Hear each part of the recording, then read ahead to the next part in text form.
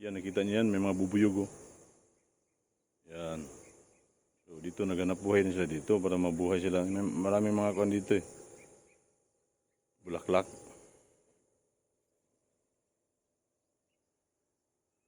Yan, tinan mo sa kabila yung mga bulaklak oh. Ang dami. Yellow. Yan.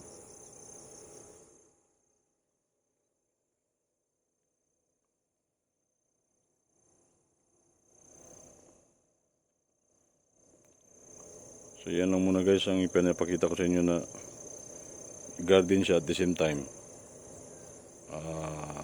Ang makapakinabang is yung mga tao kasi gulay nga at the same time yung mga like yung mga bubuyog, yun yung mga personal ano nila habitat.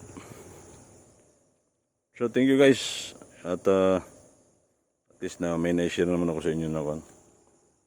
Maraming salamat at God bless.